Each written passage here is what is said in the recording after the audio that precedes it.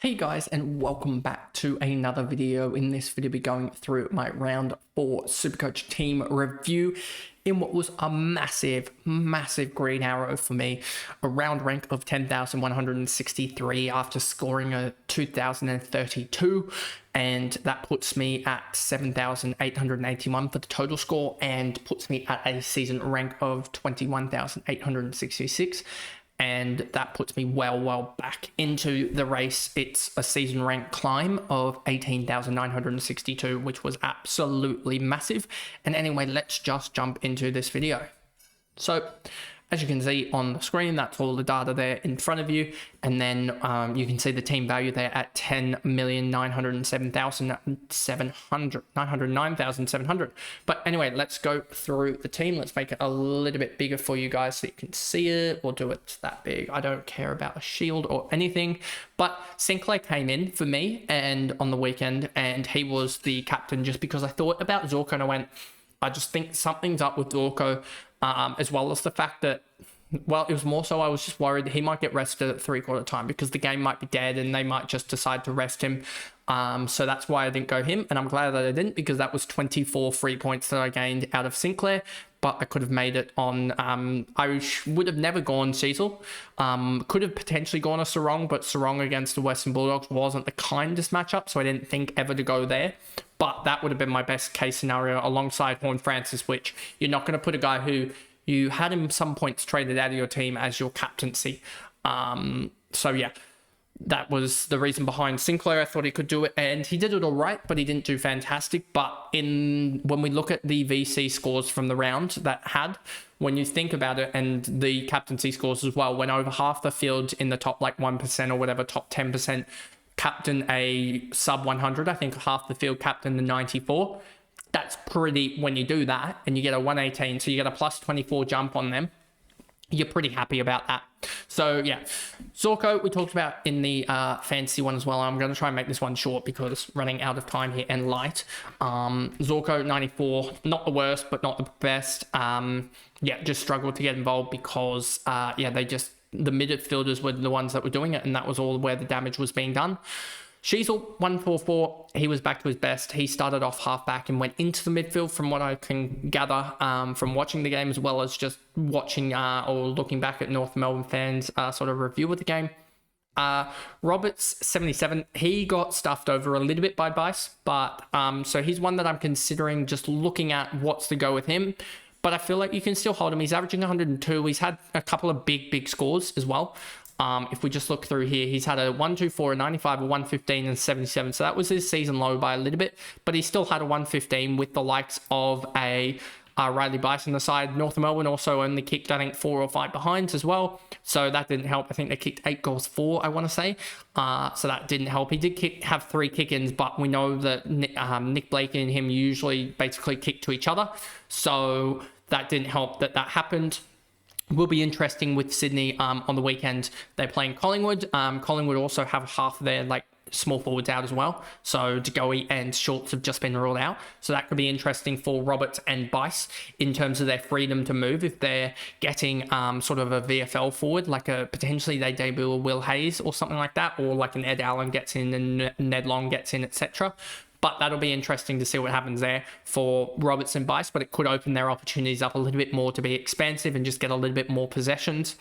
Zach Reed and Jackson Pryor didn't play, but we used that to our advantage to get the trainer score, but also to enable us to have a loopage there to have in case we needed the captaincy score. But if anyone was watching, you would know that I had the TDK VC. I'm pretty sure I had that, or at least I had it on my Twitter account that I'd done that, and didn't need it then. Was not going to take a 101 after the first game, but could have almost taken it after about 6 games in just because of the chaos that was. But Sinclair delivered with a huge goal. Trainer 82, he's making huge cash. So you've got 3 guys here in the sort of 200 to 210 bracket that all have negative break-evens, between -11 for Pryor, -51 for Trainer, and -98 for Riley Bice, as well as Zach Reed, -26. So that is a combined -52, -78, negative 176 between those guys. If I was to do that in my head here, just thinking about that, that's already 44k plus what's that, I think that's roughly about 75k of cash gen just off the top of my head between those guys before they even kick a ball. So 75k of cash gen is absolutely huge. Plus also we expect if Bice tons up, if you see Bice ton up, it's roughly about 90k or so, because yeah, that'll be an extra 30, which is about another 15k or so. So if he tons up or so, it's about a 88 to 90k cash generation. So he could go large and get that cash generation. I mean, Zachary as well could get another 40k or so, Prior the same, and also Trainer the same as well. So you could be looking at probably 190, 200k of cash generation between the four of them over the next week, which would be huge. Sarong responded. He's done all right in each game so far, but he's not set the world of light. He had a 99 against Sydney, which puts him out of the 100 club for SuperCoach. But you can see he's been around the marker between 99 and 105 through the first three, but he went big and he's got Richmond's. McIntosh is probably going to try and tag, but I don't know how much he's going to be able to do. I think Sarong can go forward as well with Hayden Young in the side as well. It should help the side next week. So we'll just see how that develops as well, because Freo had a lot of injuries. Like Dawson 124, averaging 112. He went late and went bang. He was on 40 or so at halftime, and he just went in the second half, and that was really, really good, and just showed to me that those two should still be top of the line guys at the end of the day. We'll see the top line guys that are averaging 130. You would expect them to regress with just a poor game, like a 30 or sorry, not a 30, but even just a 70 or 80 score at this point. 4 games into the year, averaging 130 is about 520 total points. If you put a 70 there across 5 games, that gets him down to about the 117, 116 range, which is right in line with these guys down here if they have another 120 game. So shows you just how close these top guys are, I think, if they just have one good game between Sarong and Dawson compared to the Merritts, Dunkleys, McCluggiches and Liberatores, I think are the top guys in the midfield. Rosie, that was poor, considering trading him and Callaghan out, that I have the luxury of the boost as well. Even though I'm burning through boosts, I'm getting my side in a really, really good position where I'm not losing cash out of these guys too much. I mean, I lost 21k from Rosie and I lost 19k from Callaghan, but I can start to really, really just curb that cash loss from the top guys. And you'll see if you actually look at the side when I probably reveal it on Thursday, I'm tending towards this option that gives me Clayton Oliver at M5, but that's dependent on Nathan O'Driscoll's injury report. We'll just have to wait and see on that front. Levi Ashcroft responded, I'm glad that I got Bice in because I was basically all set on Moraes, I think. I wanted him first over Bice, and I'm glad that I went Bice in this format at least. Fancy that was a stuff up, but yeah, I'm glad that I got Bice because in conjunction with Moraes, because that was really, really good in terms of the cash generation there. Moraes can probably just sit on the bench for the next little bit. And then my bench basically has no cash gen outside of the defenders.